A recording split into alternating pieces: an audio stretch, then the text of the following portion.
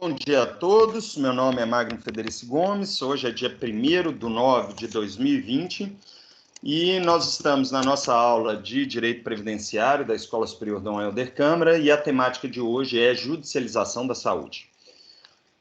Informo a todos os presentes que vocês estão sendo gravados e que posteriormente essa videoconferência vai ser disponibilizada no YouTube para aqueles alunos que se ausentaram na aula de hoje. Quando nós falamos de judicialização à saúde, nós temos, e já falamos na aula anterior, a previsão normativa, não é isso? Falamos também o financiamento e falamos do Sistema Único de Saúde. E hoje, para a nossa última aula, ficou pendente apenas a judicialização da saúde pública, tá? Porque na aula passada nós já mencionamos a judicialização da saúde privada, né, por meio de ações combinatórias com requerimentos de tutela provisória de urgência antecipatória. E ainda por meio, seria possível também ações de indenização por erro médico e seria possível também ações de cobrança para repetição de indébito, tendo em vista negativa de planos de saúde para pagamentos de determinados procedimentos médicos. Já demonstramos, então, a previsão normativa, né, da saúde pública na lei do SUS, que é a Lei 8.080, e também nos artigos 196 e 200 da Constituição. E ainda a saúde privada no artigo 199, na Lei do Plano de Saúde, 9.656, e no Código de Defesa do Consumidor. Falamos ainda do financiamento anterior da saúde, né, isso, tanto por parte da União, e aqui seria a saúde pública dos estados e dos municípios, né, sendo que os municípios devem destinar 15% de todos os impostos municipais e ainda dos repasses de tributos estaduais, de impostos estaduais, os estados 12%, e finalmente, né, nós temos ainda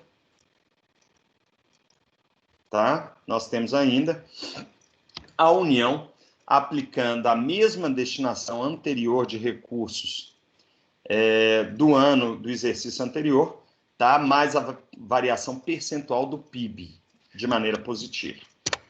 Falamos ainda do Sistema Único de Saúde, quais são os órgãos, e falamos quais são as funções administrativas de cada órgão, da União, dos estados e dos municípios, e a gente consegue identificar isso por meio do baixo custo para os municípios, do médio custo para os estados e do alto custo para a União, tá claro, gente? Apesar de que, em matéria de judicialização à saúde, nós temos a solidariedade entre os órgãos. Então, o princípio da subsidiariedade, ele se aplica para decisões administrativas por meio do Pacto Federativo. Falamos ainda dos demais órgãos, né, dos órgãos públicos e hospitais públicos e assim por diante, falamos dos conselhos deliberativos, falamos das agências reguladoras e, finalmente, dos hospitais privados. Quando a gente fala de judicialização à saúde, a gente pode ver a judicialização de duas formas diferentes, não é isso? Primeiro, por meio de mandado de segurança, e para ser impetrado mandado de segurança, nós temos dois requisitos básicos. Primeiro, que é a existência de direito líquido e certo, amparável por mandado de segurança, que é a prova exclusivamente documental sobre o direito do paciente, que é a terminologia certa, que é aquele que vai se beneficiar, né, do mandado de segurança, e ainda a existência da autoridade coatora, que é o chefe do órgão responsável, né, pelo fornecimento do medicamento. Então, esse chefe do órgão seria, no caso da União, o ministro de Estado da Saúde, no caso dos estados, seria o secretário estadual de saúde, e no caso dos municípios, seriam os secretários municipais de saúde. Nós demonstramos o procedimento do mandado de segurança, que é uma impetração perante o órgão judiciário competente, né? Ele pode determinar a emenda da inicial, ele pode indeferir a inicial, ele pode julgar liminarmente improcedente, né, aquele pedido, naqueles casos do Código de Processo Civil, mas se ele recebe, ele aprecia a liminar, prevista no artigo 7º da Lei 12.016, e ele notifica a autoridade coatora para prestar informações no prazo legal. Tá claro? Uma vez prestadas essas informações, Aí o que nós temos? Os autos vão para o Ministério Público para emissão de parecer, depois vai concluído para julgamento. Né? Pode ser julgado em primeira instância ou pode ser julgado perante os tribunais. Tá claro? Para caracterizar o direito líquido e certo, nós temos 3 requisitos básicos, cumulados. Primeiro, o tratamento deve estar na lista, seja da União, do Estado ou do município, ou do Distrito Federal. Segundo requisito cumulado, tá? Deve ter um receituário público, tá joia? Ou seja, feito por médico do SUS. Médico do SUS. E, finalmente, deve ter o terceiro requisito cumulado, que é uma certidão de negativa do medicamento. Se vocês têm esses 3 requisitos cumulados, medicamento na lista, e aí você baixa a lista em PDF para juntar no mandado de segurança, não é isso? Receituário público emitido por médico do SUS, e 3, negativa do órgão sobre o fornecimento do serviço, medicamento, aí você tem automaticamente o direito líquido e certo a autorizar o mandado de segurança. Tá claro, gente? E aí, vamos lá. Juízo competente. Se o ministro de Estado da Saúde da União figura no polo passivo do mandado de segurança, seja sozinho ou em litisconsórcio com o secretário estadual e o secretário municipal de saúde, ou só com o secretário estadual, esse mandado de segurança é de competência originária do STJ e ele deve ser impetrado no Superior Tribunal de Justiça. E uma das turmas do STJ vai julgar esse mandado de segurança, tá claro? A decisão liminar, deferindo ou indeferindo, e monocrática do ministro relator é passível de agravo interno, e o acórdão da turma de 5 votos, se ele for denegatório, ele vai ser passível de recurso ordinário constitucional ao Supremo Tribunal Federal, na forma do artigo 102, inciso 2 da Constituição. Tá claro, gente? Agora, se for concedida a ordem pela turma do STJ, aí pode caber, né, recurso extraordinário à autoridade coatora ao Supremo Tribunal Federal. Todas as decisões, havendo omissão, obscuridade ou contradição, podem ser passíveis de embargos de declaração. Além disso, se a gente tiver retira o ministro de Estado da Saúde e tiver o secretário estadual de saúde sozinho no polo passivo ou em litisconsórcio com o secretário municipal, de acordo com a Constituição do Estado de Minas Gerais, esse mandado de segurança deve ser impetrado no Tribunal de Justiça do Estado de Minas Gerais. Claro, senhores? E uma das câmaras cíveis vai apreciar o mandado de segurança. A decisão monocrática do relator é passível de agravo interno e de embargo de declaração. É claro, se houver omissão prévia, né? Primeiro embargo de declaração no prazo de 5 dias e agravo interno no prazo de 15 dias, né? Depois da decisão monocrática do relator.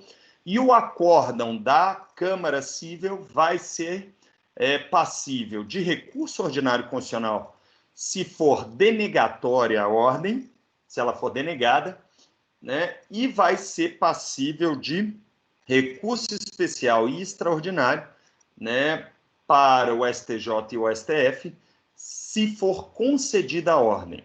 Tá claro, senhores? Se houver concessão parcial, concessão em parte, cabe os dois. Cabe recurso ordinário para o paciente e cabe recurso especial e extraordinário na parte em que foi deferida a ordem para a autoridade coatora.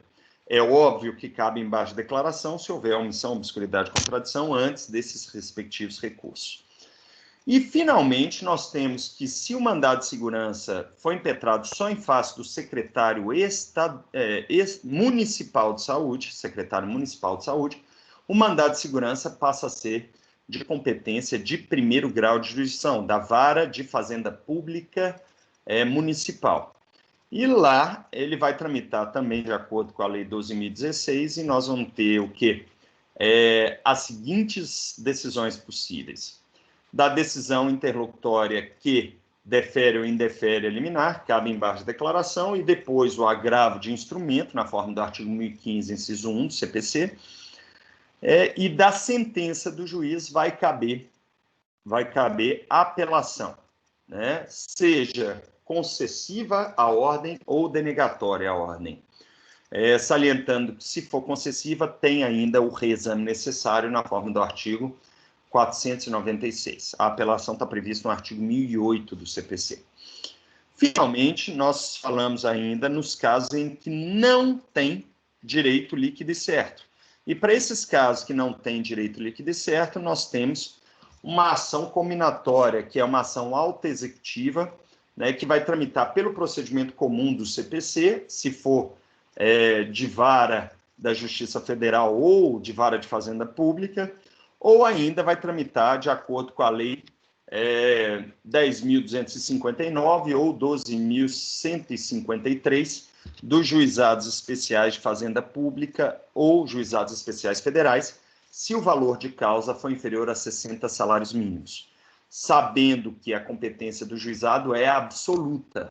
Tá claro, senhores? Então, tem que ser ajuizado nos Juizados Especiais de Fazenda Pública.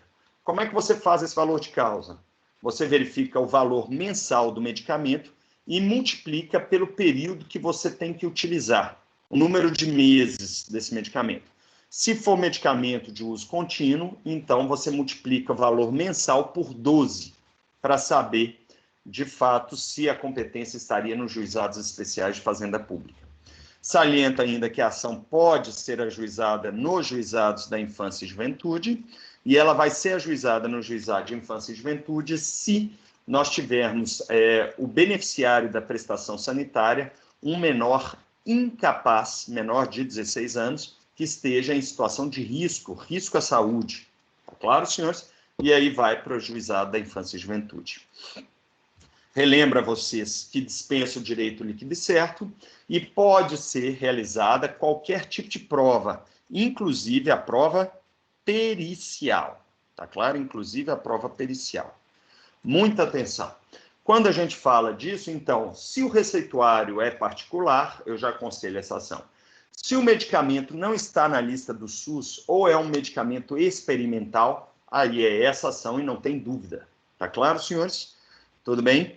Mas a negativa do fornecimento do medicamento é obrigatória para ser juntada nessa petição inicial. Tá claro, gente? A negativa. Falamos ainda o seguinte, senhores. O juiz competente. As ações combinatórias, elas são de competência do primeiro grau de jurisdição. E os réus são as fazendas públicas, não as autoridades coatoras. Então, o réu é a União, quando o medicamento é da União, não é isso? Porque o tratamento é de alto custo. Pode ser em litisconsórcio com o Estado, né? O Estado onde deveria ter sido fornecido, e pode ainda ser em litisconsórcio passivo com o município. Tudo bem, senhores? Né? Então, se for ajuizada a União em litisconsórcio com os demais entes federados, essa ação vai ser ajuizada na Justiça Comum Federal. E o procedimento vai ser ou do CPC ou da Lei 9.099, né? / 10.259.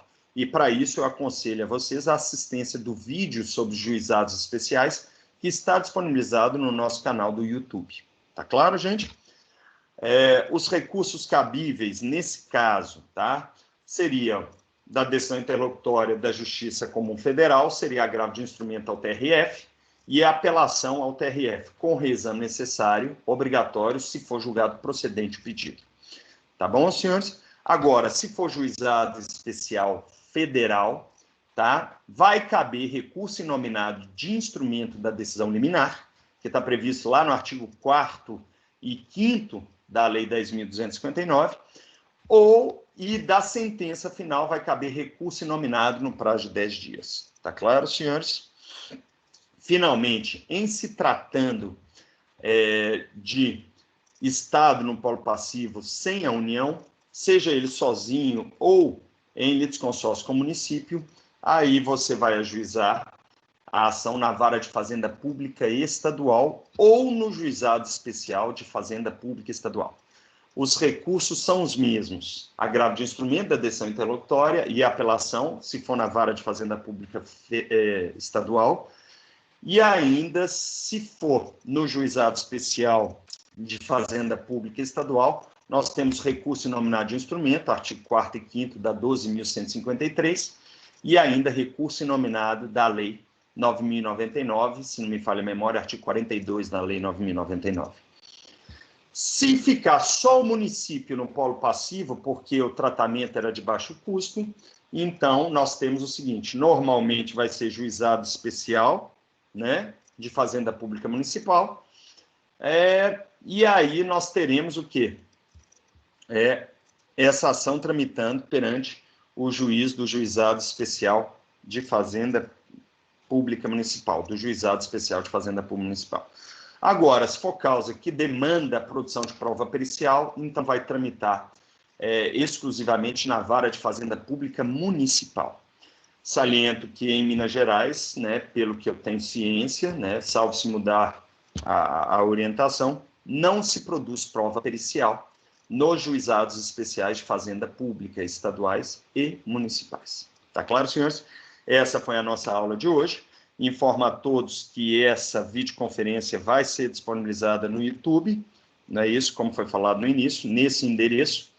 E eu agradeço a todos a atenção, especialmente no momento de pandemia, que essa é uma aula essencial para aqueles que precisam de saúde, especialmente em processos individuais. Saliento que essa aula de hoje não exclui a atuação do Ministério Público, nem da Defensoria Pública, em ajuizar ações coletivas, sejam ações civis públicas, para tutelar interesses difusos, coletivos, e a Defensoria para tutelar interesses individuais homogêneos. Tá claro, senhores? Muito obrigado pela atenção e muita saúde durante o período de isolamento. Obrigado. Até mais, gente.